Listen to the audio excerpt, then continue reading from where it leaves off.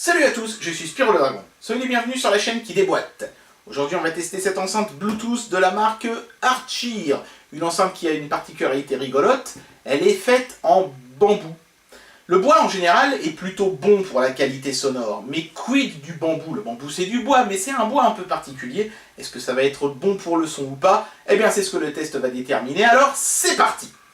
Bien, l'analyse de l'emballage va être très rapide puisque c'est vraiment ultra minimaliste. On est sur un carton marron avec des impressions en noir, le logo Artcheer, le nom de l'enceinte A320 comme les avions, Wireless Bamboo Speaker. On a un blueprint ultra simpliste du produit. Et quand je dis ultra simpliste, ça veut dire qu'il s'agit d'un rectangle avec les coins arrondis avec 3 ronds à l'intérieur. Il n'y a pas moyen de faire plus simple. Ils auraient pu essayer de la mettre, je sais pas, de 3/4 avec un petit effet 3D. Non, non, non. Ultra simpliste. Bon bah écoutez, ça me fait ça de moins à faire, comme ça on va pouvoir procéder tout de suite à l'unboxing. Bien, alors très classique, le système d'ouverture, mais au moins comme ça on sait tout de suite comment faire. On tombe sur le produit qui a l'air d'être bien calé dans des blocs de mousse. Attendez une minute, il y a quelque chose là. Qu'est-ce que c'est ça? C'est une housse de transport, on dirait, elle est un peu dans la même matière que les Kawaii mais en plus épais, avec un fond arrondi. Faudra la mettre en situation pour voir ce que ça donne. Mais c'est toujours sympa d'avoir une petite housse de transport pour des enceintes Bluetooth, qui sont quand même des produits nomades quand ils sont sur batterie. Donc allons-y, procédons à l'extraction de la chose. Voilà, ouais, c'est pas mal, dites donc. Alors il y a des petits bonus dans la boîte, on dirait. D'abord on a des câbles, on a un câble, j'imagine, jack, voilà ce qu'ils appellent le câble line-in, qui permet de se brancher en filaire à un autre appareil. Et puis donc le câble micro USB pour procéder à la recharge de la batterie, j'imagine. On a aussi une petite dock, extrêmement simple, elle aussi dans un carton marron. Je sais pas si c'est traduit en français, j'ai pas l'impression. Non, c'est uniquement en anglais. Bon bah écoutez, c'est plutôt bien illustré, c'est assez basique, mais bon, ça fera la blague, j'imagine. Voilà les caractéristiques techniques si ça vous intéresse, et on va tout de suite regarder l'enceinte de plus près. Mais voilà, donc l'enceinte, elle est dans un petit sachet plastique, non refermable. Voilà. Oh, comme c'est joli, regardez-moi ça. J'aime beaucoup la matière, et puis j'aime beaucoup la teinte qu'ils lui ont donné un petit peu comme du cèdre, c'est assez joli. Donc on a le logo Artcheer qui est pas simplement sérigraphié, il est carrément sculpté en relief dans le bois, dans le bambou. Donc ce sont des lamelles de bambou qui ont été compressées entre elles, une méthode assez classique, on peut voir certaines jointures ici, mais c'est très bien fait, c'est poli, c'est joli, et le dessus, lui, il est en tissu, alors l'arrière, il est en bambou également. Ici on peut voir un drive pour les basses, ça c'est plutôt bon signe, ça veut dire qu'il doit y avoir de bonnes basses sur ce produit. Et puis il y a un petit peu de connectique dans la seule zone de l'enceinte qui est en plastique, à savoir la prise auxiliaire, un orifice pour le reset, j'imagine, pour refaire une connexion Bluetooth, le voyant de charge, ça c'est bien qu'il y en ait un, et donc le cordon pour se brancher en micro USB et recharger la batterie interne. Voilà, écoutez, il y a juste après une espèce de... C'est pas une étiquette, c'est une surimpression sur le tissu avec les informations techniques de base, donc le nom du modèle, et le input c'est du 5 volts, 2 ampères, donc pour ça évidemment il faudra utiliser un adaptateur secteur qui, bien malheureusement, n'est pas fourni. Sur le dessus on a les différents contrôles qui sont en fait des micro-switch cachés sous le tissu, donc moins et plus ça va permettre de passer à la chanson suivante précédente ainsi que de régler le volume. Je déplore qu'il n'y ait pas des contrôles séparés pour ces deux fonctions d'ailleurs, mais c'est de plus en plus le cas malheureusement.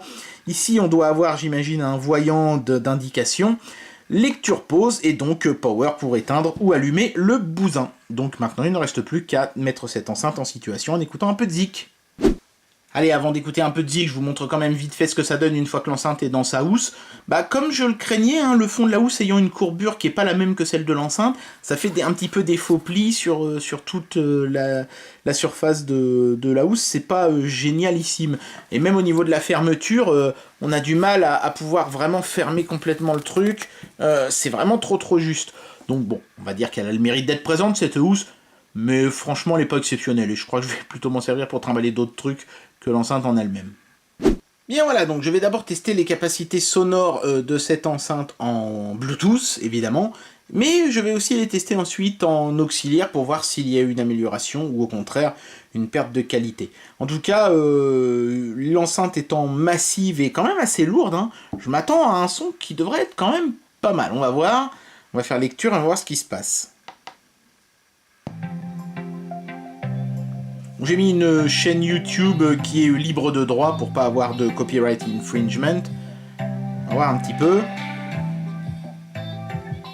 En tout cas, le son est plutôt propre avec des basses bien prononcées.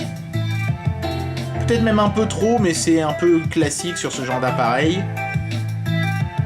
Je vois le gros drive central bouger quand ça cogne un peu. Et alors derrière, le bass réflexe... Ah ouais, je sens de l'air qui en sort, donc il fait bien son rôle aussi. On va monter un peu le son.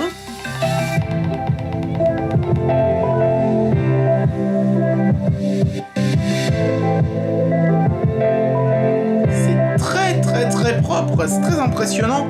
Et c'est là qu'on voit que le bois, ça a vraiment une résonance que les plastiques et autres matériaux composites ont quand même du mal à rivaliser avec, quoi. Je veux dire, le bois a ce côté chaud et naturel sur le son qui est vraiment sympa. Alors il y a juste un petit truc et je vous demande de tendre l'oreille. Je vais monter peut-être un peu le son. Je vais faire pause. Vous avez entendu ce petit sifflement qui vient de s'arrêter? Ça, je pense que c'est le circuit Bluetooth qui a ce petit problème. Il est permanent, ce petit sifflement. Bon, dès que la musique tourne, on l'entend plus, on ne peut plus vraiment y prêter attention.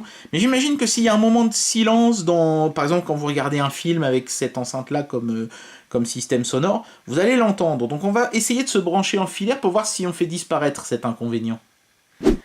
Bien, alors on va faire un test filaire, ce qui devrait normalement éliminer ce sifflement. Et d'ailleurs, je peux même déjà vous le dire tout de suite, oui, ça élimine le sifflement, puisque là, j'ai déjà fait le branchement, le téléphone est prêt à fonctionner, et je n'ai plus le sifflement.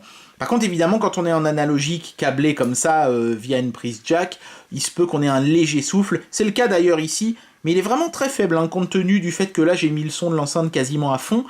C'est à peine si je l'entends, donc j'imagine que quand vous écouterez la musique à un volume plus raisonnable, vous n'entendrez plus rien. Donc évidemment, c'est mieux d'être en filaire qu'en sans fil, ça, tous les audiophiles le savent, le sans fil, c'est toujours une solution qui génère des petits problèmes. Et cette enceinte ne déroge pas à la règle. Donc on va voir si en filaire c'est nettement meilleur.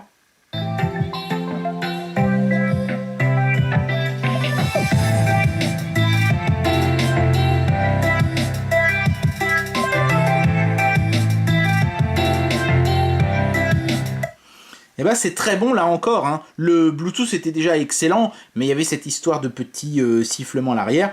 Là, c'est tout aussi bon, et en plus, le sifflement a été remplacé par un très léger souffle à peine perceptible. Bien, et ben écoutez, je crois qu'il est temps de donner une note à ce produit et de conclure cette vidéo. On est sur un produit qui fait le choix des matériaux nobles. Bois, tissu, on a même des petits patins en caoutchouc qui sont fournis avec pour coller sous l'enceinte, pour améliorer, j'imagine, sa qualité sonore s'il y avait des vibrations qui se transmettaient à votre table ou je sais pas quoi. Donc il y a un souci du détail sur ce produit qui est qui est très flatteur. Non seulement pour les yeux, c'est un beau produit, mais en plus pour les oreilles, parce que le bois, notamment, donne une résonance qu'on n'a pas avec le plastique, même si certaines enceintes m'ont étonné alors qu'elles étaient en plastique. Il n'y a pas à dire, quand on a une enceinte en bois, on a un son beaucoup plus chaud, beaucoup plus naturel, beaucoup plus agréable, je trouve. En fait, la seule chose qui vient un petit peu ternir le tableau sur cette enceinte, c'est la transmission sans fil qui se fait pas sans heurts. On a un léger sifflement, alors c'est pas non plus dramatique, je veux dire, quand vous écoutez de la musique, on l'entend plus. Mais par exemple, si vous écoutez des films avec cette enceinte, il se peut que dans un moment de silence, vous vous rendiez compte qu'il y a ce petit souffle, qu'on entend vraiment que quand le volume est fort. Mais bon, voilà, c'est une grosse enceinte, donc si on achète une grosse enceinte, c'est peut-être aussi pour mettre le volume un petit peu fort. Donc je ne peux pas faire abstraction de ce problème. Il est là et voilà, il faut en tenir compte. Donc pour ce problème-là, je vais enlever une étoile au produit, parce que voilà, c'est quand même une enceinte, la qualité sonore, c'est ce qui prime le plus. J'enlève une étoile. Après, je pourrais presque en enlever une demi de plus à cause de ce système qui consiste à avoir précédent et suivant et volume sur les mêmes boutons. Mais cette enceinte a fait le choix intelligent de mettre précédent et suivant sur les appuis longs et le volume plus et le volume moins sur les appuis courts, ce qui permet de régler le volume sonore avec précision. Donc du coup, je ne vais pas tenir compte de ce petit inconvénient. Je vais donner à ce produit la note de 4. Franchement, il le mérite amplement. Le son est vraiment top. encore plus en filaire puisqu'on élimine ce fameux sifflement du Bluetooth. Le bass réflexe à l'arrière ici, là, il est vraiment efficace, il fait son taf très très bien, on sent, hein, on a de l'air hein, qui en sort quand les basses sont vraiment percutantes. Donc chouette produit, les amateurs de son profond devraient apprécier. Le bois fait bien son taf. J'avais des doutes sur le bambou, il s'avère que c'est un bois qui a plutôt une bonne acoustique. Je sais pas s'il y a des instruments de musique qui sont faits en bambou, j'imagine, oui, qu'il doit y avoir notamment des instruments à vent comme ça. Voilà, si vous savez, vous pouvez dire dans les commentaires. Mais en tout cas, pour cette enceinte, le bambou a très bien fait son œuvre. On a un très très bon son, très sympa. Et puis en plus, le produit est plutôt joli, ce qui ne gâche rien. Donc ouais, 4 étoiles sur 5, ça me paraît être la note que mérite ce produit. C'est une bonne enceinte Bluetooth. Au prix auquel elle est vendue, vous vous ferez largement pas voler. Et bien voilà, c'était le test de cette enceinte Bluetooth de chez Artshear. Une enceinte qui fera plaisir aux mélomanes de par sa qualité sonore et aux pandas de par le fait qu'elle soit en bambou. J'espère que cette vidéo vous aura plu et moi je vous dis à très bientôt pour un prochain test. Allez, tchuss!